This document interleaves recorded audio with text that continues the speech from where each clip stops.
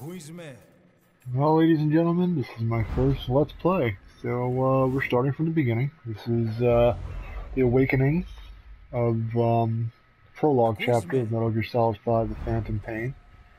I've already done up to mission 20, I think. But I'm going back here to the beginning just to show everybody, and I'm sure you've seen a million of these, but I'm giving it my shot at it. So, it's my first one, just bear with me, and, enjoy the ride. I put on some subtitles so you can read as I'm talking and commentating in case you miss anything. So here we go. It might be cut up into segments because I'm fairly new at this and can only record 15 minutes at a time on PS4 for YouTube. So yeah, let's get going. Very good. How do you feel now? Can you speak? What is your name? When were you born? Can you recall?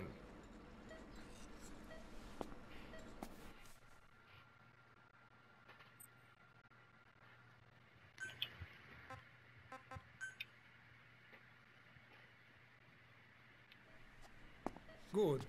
Alright, so this is just pretty much just getting everybody familiar with, you know, the controls, this whole chapter.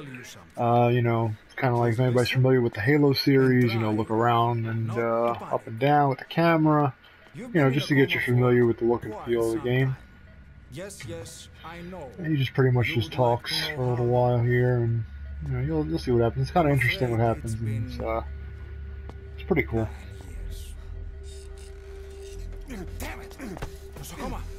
Just a little background, just so you know, I've played all of the Metal Gear Solid games, 99% of them. I want to say all of the ones related to the story, the chunk of the story. I've several times. I've beaten the first Metal Gear Solid, Twin Snakes on the GameCube, at least 5 times in my life, and it's probably my favorite game still to date. But the rest of them are really good. This game I really like in particular because what it does different is in my opinion, it just tells a story a completely different way. It doesn't. I mean, this cutscene is probably the longest cutscene in the game, the prologue, because the other cutscenes they're during gameplay, and that's something that Kojima really is not famous for. It's not what he's known for. He's known for those long, tremendously long, 15-20 minute cutscenes. And, you know, those are really good, I mean, in their own aspect, but some people, you know, I know, you gotta just have the gameplay, you gotta jump in there, and, you know, it's just, you gotta just not interrupt the action with long cutscenes, and some people don't like that. That's fine, I mean, you know, to each their own, but I can take it either way. I mean, this is just really cool because it's something different. Kojima's never done this before, and, it's just cool to see how his mind works. He's so viable that he can just do so many different things, and it's why I respect him, and as a creator and a developer, and you know, I just really hope he lands somewhere he's going to get that same love and respect in return, unlike what happened with Konami. They are located near your heart and in your skull. Zoom in here a little bit, you can kind of see the x-ray, it's kind of cool. Look at this. The fragments are lodged deep within your cerebral cortex. We couldn't give you an MRI, the metal you see. But even if we were to extract it, you would most likely suffer a brain hemorrhage. Mental and physical impairment are unavoidable. However, your current status is not life-threatening. So yeah, like I was saying, so we get through this, I beat Metal Gear Solid the Twin Snakes about 5 times. I've beaten Sons of Liberty at least 3 times. I've beaten Snake Eater twice, I think. I've beaten Metal Gear Solid 4 twice. I've played Peace Walker. I haven't beaten it yet, but I played enough of where I got the meat of the story. I'm about 75-80% done with it. You know, I played the other ones like Acid and Portable Ops. You know, I didn't really beat them, but I played them. They're pretty good. Nothing compared to these games, though. Ground Zeroes, of course, I've beaten the prologue for this. And, you know, if anybody asks me which one is my favorite, like I already said, it's Twin Snakes. And the first one is obviously my favorite. It's just, I don't know, it's just the magic of the first game. It's just special to me. It has a very special place in my heart. And yeah, I mean, you know, I really like 3 too. I mean, Metal Gear Solid 3 Snake Eater is phenomenal because I'm a big fan of James Bond, and James Bond has a big influence on that game. I mean, even in the title with the Snake Eater theme song and the opening and how it's choreographed and everything. It's just really cool how Kojima incorporates the James Bond feeling of a movie because it takes place in the 60s, and it's really interesting. That's probably my second favorite Metal Gear Solid game. That would be Metal Gear Solid 3, and then third would have to be 4, I would say. And then it would be 2, and I mean, I don't know where this falls in yet because I haven't beaten it yet, but I'm sure it'll fall somewhere in the middle there. I'm going to change your appearance. We have no other choice. What you look like, however. Now this, I can only assume this part right here is for Metal Gear Online.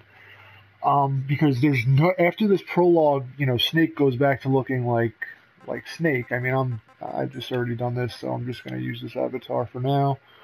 But yeah, it's I'm guessing when Metal Gear Online launches in a few weeks in October, you know, that this avatar will be used primarily for your online aspect. Now, let's remove this and that's cool. It lets you do it now. So you're ready, just jump right in there when the online launches. From what I've seen, by the way, Metal Gear Online looks amazing. It looks like the Metal Gear Online that we've always wanted. I've played Metal Gear Online, up and there it goes. I've played Metal Gear Online probably on Metal Gear Solid 4 was the only one, and co-op with Peace Walker. That was fun. Yeah, our friend, we played Peace Walker co-op on PS3 on the Legacy Collection, and it's that was cool. There's Kaz right there. That's Miller, and the picture he's showing us that. And this guy doesn't know that his life expectancy is about to run out. As you've lived until this day. You kind of want to look behind you, buddy. Oh, he's coming right for us. Phantom. Phantom.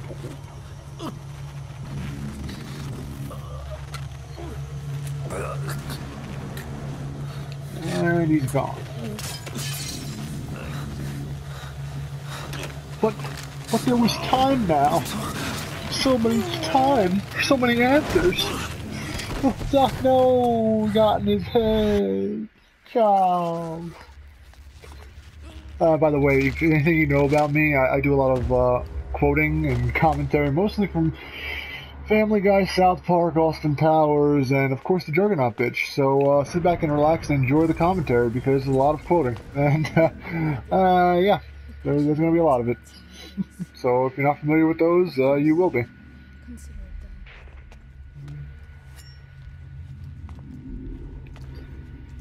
Now, I'm wondering who this woman is. I'm still wondering who she is. Yeah, part of them too in the stories. Her role isn't explained yet. I'm not sure if it ever will be. Or is that Quiet? We don't know. It could be Quiet. I mean, it was never... Might be. We'll see. Let's find out.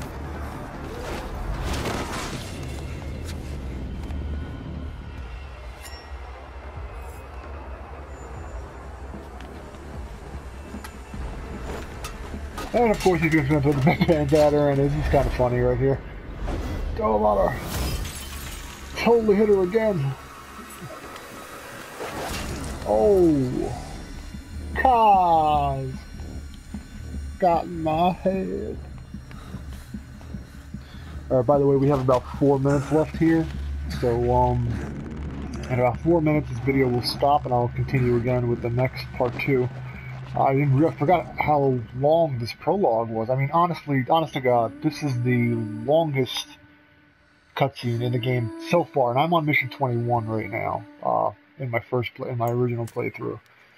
So, yeah, this is definitely the longest cutscene.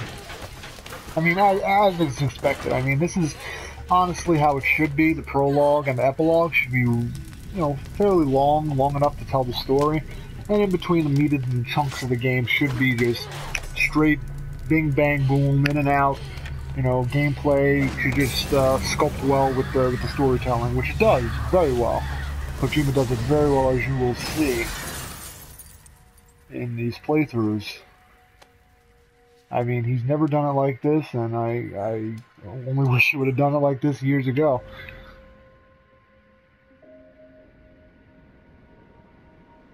Voice acting in this is pretty good as well. I mean, Kiefer Sutherland as Boss Snake is just great.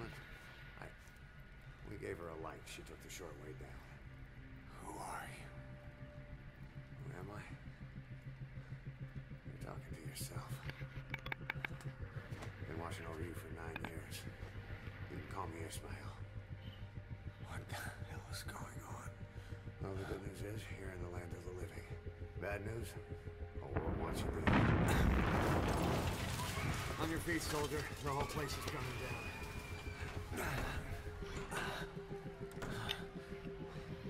Need a little pick-me-up? Okay. Here. Nothing like a little digoxin to get you back in the game.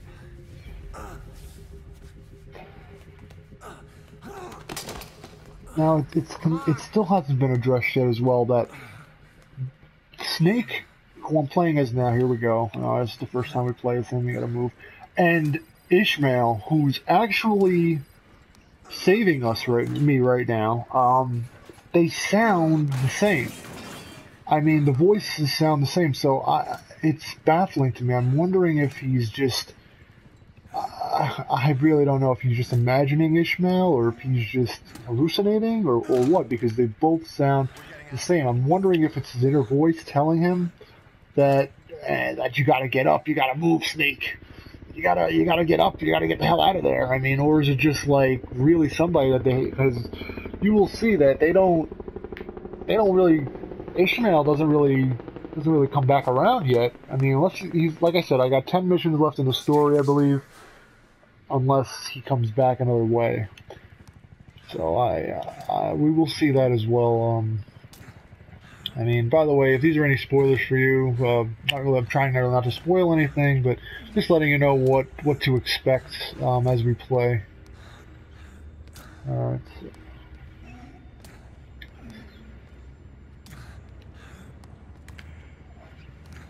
They do a really good job with this, by the way. I mean, this really shows you how much shit he's been through the past 9 years, and what somebody who's been in a coma for 9 years has to go through. I mean, you're used of your legs, you have to crawl before you can walk, and walk before you can run. It's really cool. I mean, oh, and here he goes, stumbling. I mean, alright, we have about 30 seconds left here. I'm going to wrap it up in about a few seconds here, and I'm going to continue. It's going to pick up right here where we left off. So this is my first Let's Play. This is part 1, and part 2 will be happening in 3, 2, and 1.